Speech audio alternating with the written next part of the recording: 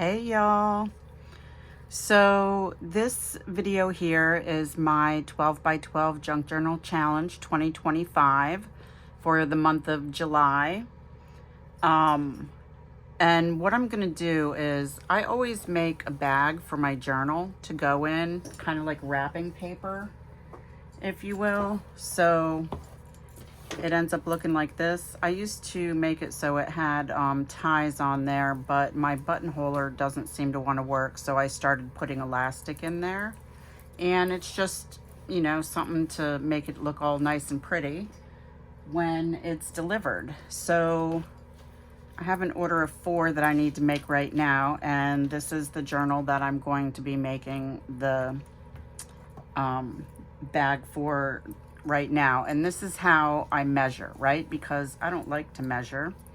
So what I do is I fold it in half, and I don't know how I'm going to be able to show you this. What I do is I fold it in half so I can make sure it goes all the way around, and then I just kind of eyeball it on how much I think needs to come off in order to make it so it'll fit but not be too big. And I usually do this so it's standing up. So actually, I don't know if I can put that a little bit higher so you can see. So this is folded in half, and then I bring it around. And okay, so we're gonna cut off about that much. About that much. Okay, we just need to make sure that it's totally straight. And to do that, we just need to line it up. Oh, was that where? Oh, I didn't do a very good job of that now, did I? Yeah, about right there. Okay. So I have my rotary cutter, and this here is one of those quilt rulers that makes it so it doesn't move. And normally I tear my fabric, but not when I'm sewing it like this, because otherwise it stretches the fabric out, and you have a hard time lining up the edges. And so we need to make sure that that's lined up. And I don't need this anymore. I will be getting my iron out though, but I'll pause for any ironing just because it's kind of awkward. Okay, so let me just make sure that's straight.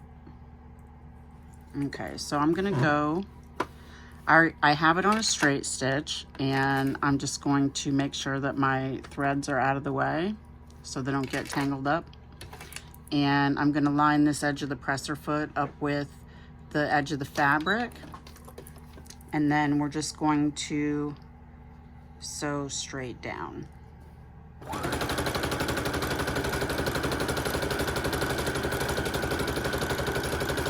And I'm going to make it so this seam is in the back of the bag, and we'll put a decorative stitch on there. And also I do have a thread cutter back there. However,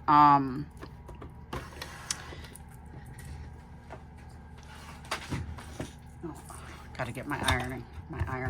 However, if the thread is old, then it will end up breaking from the machine itself. Let me put you this way here so you can see what I'm doing.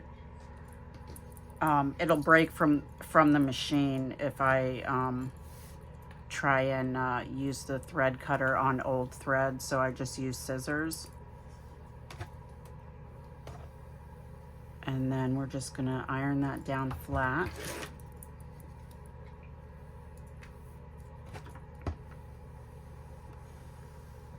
And then this here is kind of the tricky part because you got to get it back in there.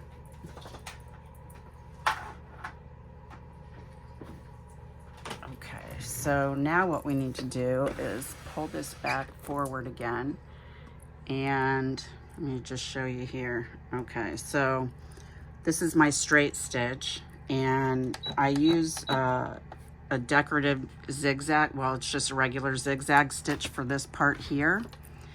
And just to reinforce the bag, I keep it inside out, and I don't change the stitch length or anything, but I do make sure that my thread is out of the way, and then I go all the way up to the top. And this is upside down for me, but it doesn't really matter because we're just gonna go all the way to the top. And this is kind of interesting because you have to make sure that you're not getting any other part of this fabric stuck underneath that needle, because then you'll have to pick stitches. And I don't like picking stitches.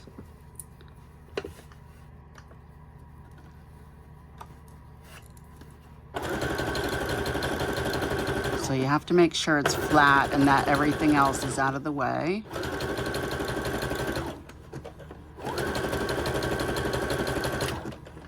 Okay. And the easiest way to get that out, I think you're probably a little bit close.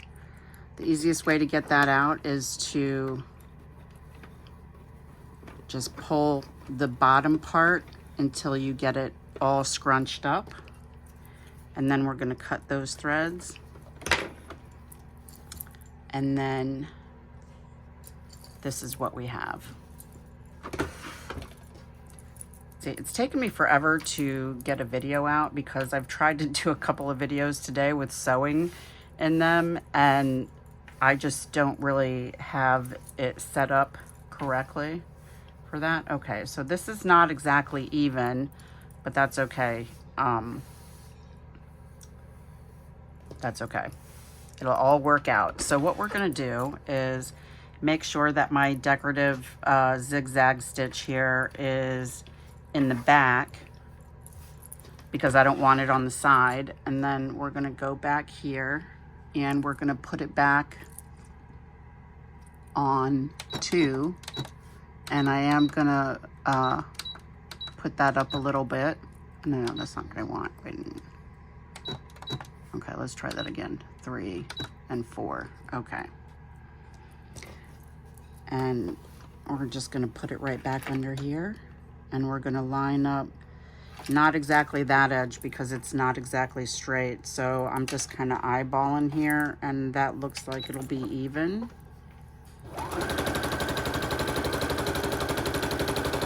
Yeah, perfect. There you go. Okay, and I'm not gonna forward back stitch on that because we're going to actually cut out a square. And the best way to do that is, hang on, my dog wants out. I gotta open the door. Sorry about that, my dog wanted out. Okay, so what we're gonna do is, this is just a smaller one. We're going to line up this stitch line with this one, and then this edge here with that one. And then we're just gonna draw a pencil line. And then we're gonna do the same to the other side.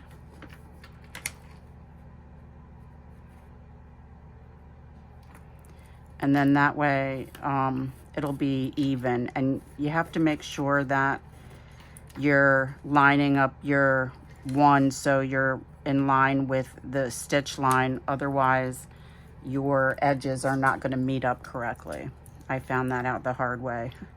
And when they're not lined up correctly, you'll end up wasting a lot of time trying to end fabric, trying to get it exactly where you need it to be.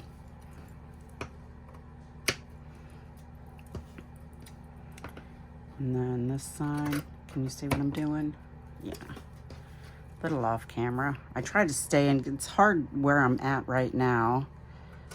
I do have a sewing machine across the other side of the room, but that's not set up to video really. Okay, and I need to, well, let's get these out of the way. I need to turn this over so I can iron this flat, because we're gonna do the same decorative zigzag. Well, it's not really a decorative, I don't know why I keep saying that. I do use a decorative zigzag on other things. But now I need to iron that flat. And I should have something under here, but it's just awkward. That's why I don't really try and do anything with sewing that needs to be ironed. Okay, so now that we did that, we're gonna bring you back here. And this is where it kind of gets tricky. So what we need to do is make sure that's gonna stay flat. Okay. And then we need to pull this under here, make sure our thread is out of the way. Oh, I got stuff falling. Okay, make sure that this goes under here. I need to pull this closer. Shove the fabric all under there until you get to the bottom. And then you need to make sure that the edge that's cut is behind the presser foot, and the part you want to sew is directly underneath that. And this really is not as hard as it looks, but I'm trying to show you guys how to do this with the camera in the way. And I'm going to put it back on zigzag stitch. And the only reason I do this is to make sure that my seams are reinforced. So if this bag is used all the time instead of just, you know, as a decorative wrapping, then daily use of taking it off and putting it back in the bag, the stitches aren't going to be pulled to where they're going to come out. And you just roll it up and do the same thing to take it out, and then cut those off. Okay, and then now this is what we have. So we're going to square off the bottom here. Now this really is not as difficult as this is making it look. Okay, so we match those edges up. I'm just going to cut that off so I don't get confused. Okay, so we're going to match those edges up, and then we're going to go through here, and I'm going to put this back on a straight stitch, and I want this fabric here edge to be kind of in between the inside of that and the outside of that, and that's just to make sure that I have enough room for my stitches. And in order to make it as strong as possible, I go back and forth a couple of times on this side, and then I'll take it out and do the same thing on the other side. And that's just to make sure that I'm getting it edge to edge and that the stitches aren't going to come out. Make sure your thread is under your presser foot.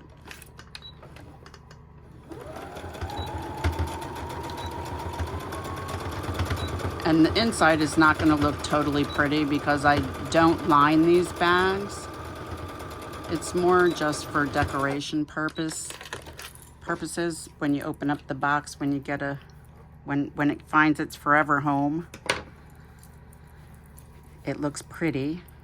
And when it sits on the shelf, when it's not in use, it has a bag to make it look pretty. Okay. And then make sure those are out of the way. And see, now that's not straight.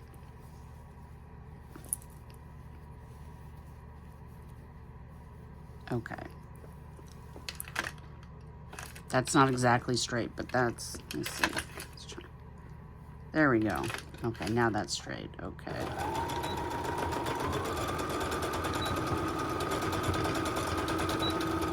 And the only reason I do it this way is because I'm using a regular domestic machine. I don't have a industrial sewing machine. And I'm just using regular cone thread. I don't even know what brand it is. Because I think I got it in a grab bag.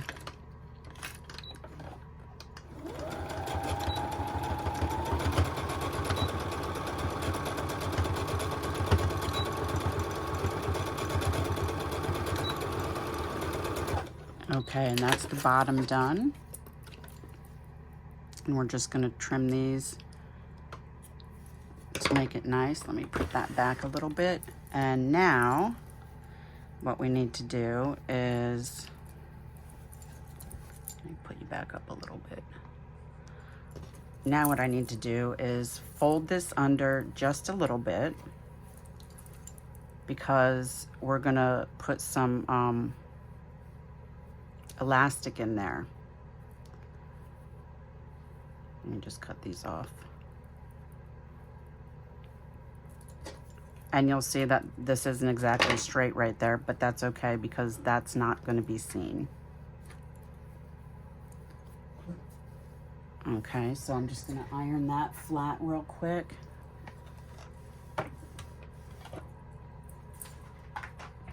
Okay, and now I'm going to take this piece off. And we're going to keep it on number 2 stitch.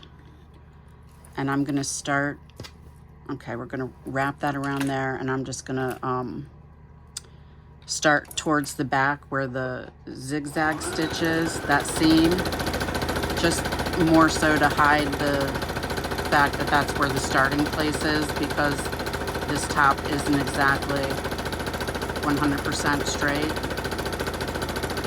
But this is just to tack this part down anyway. Okay. And now we are going to fold it down again. And let me cut these pieces off.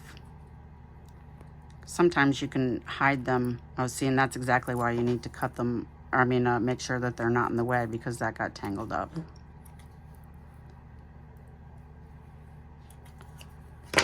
Okay, so now we're going to iron that piece right there again. And this should make it fit perfectly. Okay, so now we're going to start, make sure your threads are out of the way. So this is where we start, this is where the seam is, and we want to stop about right there. So we're going to start about right here.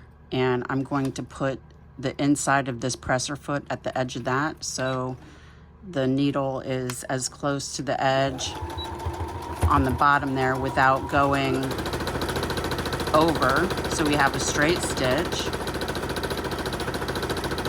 You could use a decorative stitch if you wanted to here,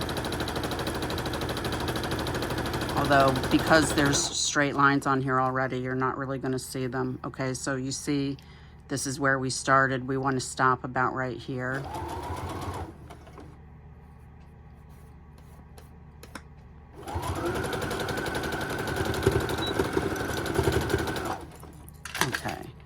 And the reason for that is because now we're going to trim these.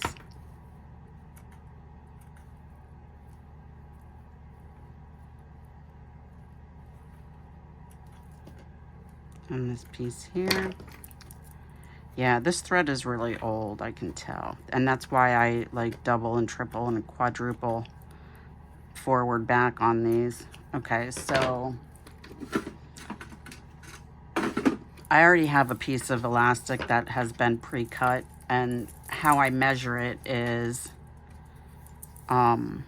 this actually was the last of the line, so this really didn't have to be measured, but I kind of start at the end there and then go all the way to the other end and make sure that I have enough, let me move over, that I have enough here that I can overlap it like this once it's on the inside. And this is how I get this in here. So I take this piece and I clip it on one end so we don't lose it. And then you put this here. I use the one that don't have that coil at the end, because it's possible that you could get the elastic all stuck up in that, and then it's a nightmare to get it out. And we're just going to thread this through.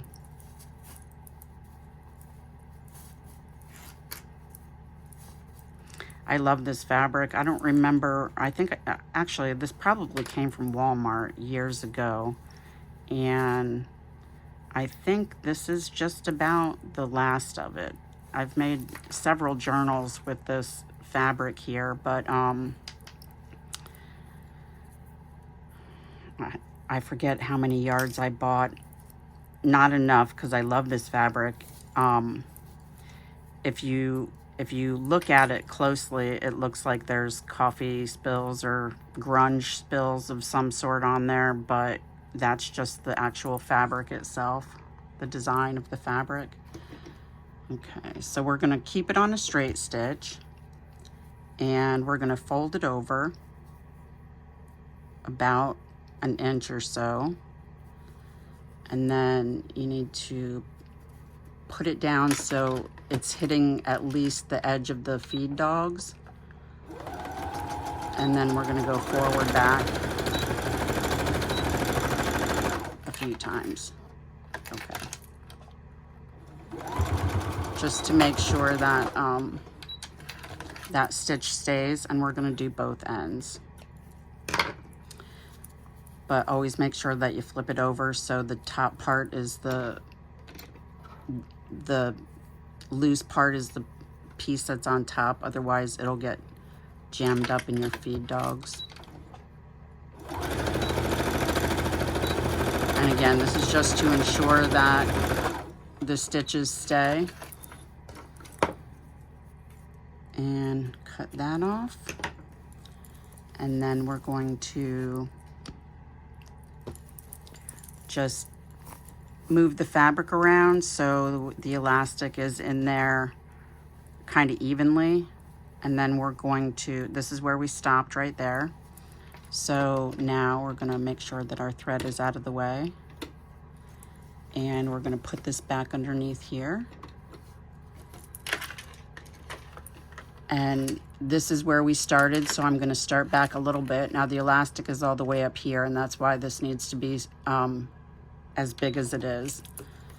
And so I am exactly on the line that I started with, and I'm going to go forward, back, and then I'm going to stretch this out so this doesn't get wrinkled up.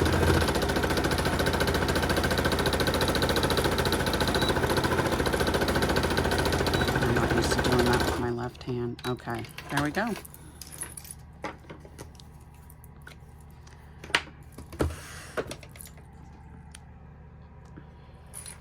And I know this was kind of a long video. I tried to make it short, but that's why I haven't been successful in any of the videos I've done today, because things happen when you're sewing, and it's not always possible to get it short, and I don't know how to speed up that part. So, all right, there you go. Another bag down and done.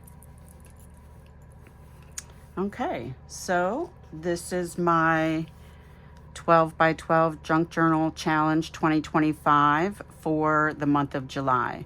Dawn from Scrapbook Sage is the host of this challenge. So there's also a whole bunch of other people that do this challenge too, and I'll have everybody down in the description box so you can go over and see what they're doing, or you can just put in the hashtag 12 by 12 Junk Journal Challenge 2025, and everybody that's involved in this challenge, you'll see them pop up. So I hope everyone's having a great day, and happy crafting.